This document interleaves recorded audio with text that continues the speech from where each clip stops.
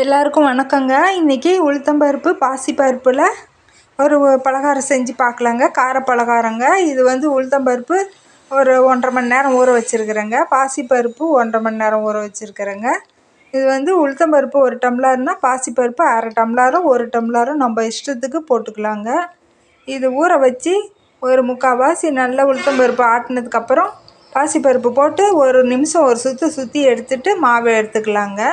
இதுக்கு தேவையானது அரைக்கிறது சின்ன வெங்காயம் இல்லை பெரிய வெங்காயம் ஏதோ ஒன்று போட்டுக்கலாங்க. கொத்தமல்லி, கருவேப்பிலை, பச்சை மிளகா, இஞ்சி போட்டுக்கணுங்க. இதெல்லாம் தூளாக அரிஞ்சு வச்சுட்டு இதை ஆட்டிட்டு காட்டுங்க. இதுக்கு மேலே உப்பு பச்சரிசி மாவு கொஞ்சம் போட்டு சுட்டு எடுக்கிறது தாங்க நல்ல சுவையாக ருசியாக இருக்குங்க. உளுத்த மாவு ஆட்டி 3/4 பதத்தில் பருப்பு போட்டு ஆட்டி எடுத்துட்டேங்க. இதில் சின்ன வெங்காயம், கருவேப்பிலை, கொத்தமல்லி தழை, பச்சை மிளகா, இஞ்சி, பச்சரிசி மாவு, கொஞ்சோண்டு பெருங்காயத்தூள், உப்பு போட்டிருக்குறேங்க. நல்லா தூளாக நைஸாக நான் அரிஞ்சு எடுத்துட்டேங்க. இப்போ போண்டா மாவு மாதிரி போடுறது தான். எண்ணெயை வச்சு அப்படி அப்படியே எடுத்து போட்டுடலாம்.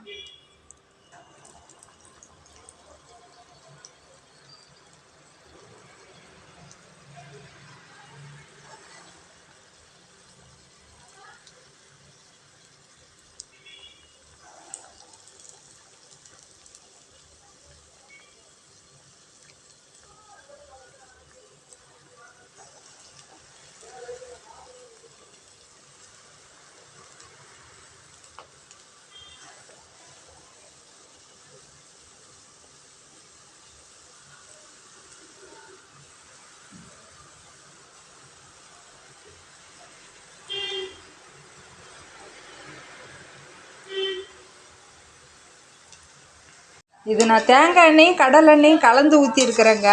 அதனால் அப்படி பொங்குற மாதிரி வரும். வேக வேக சரியாக போயிடும்.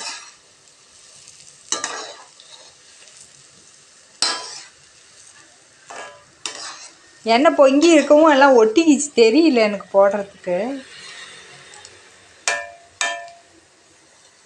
பிரித்து விட்டாக்க வெந்துடும்.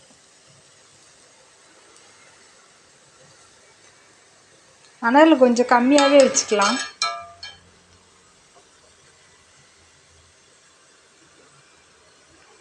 இதெல்லாம் பொன்னிறமானோன்னு எடுத்துடலாங்க. நான் சொன்ன பதத்தில் செஞ்சால் எண்ணெய் இழுக்காதுங்க. காரம் தேவையான அளவுக்கு போட்டுக்கலாங்க.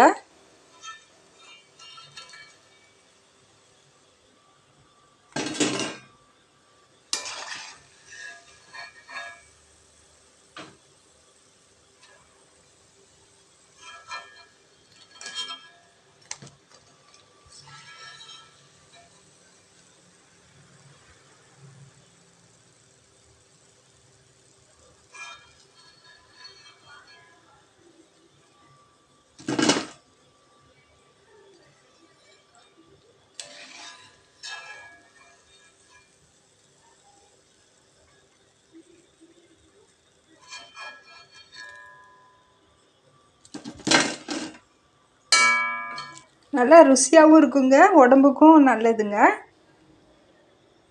இன்னொரு நாளைக்கு இன்னொரு விதமாக பலகாரம் செஞ்சு பார்க்கலாங்க. நன்றிங்க.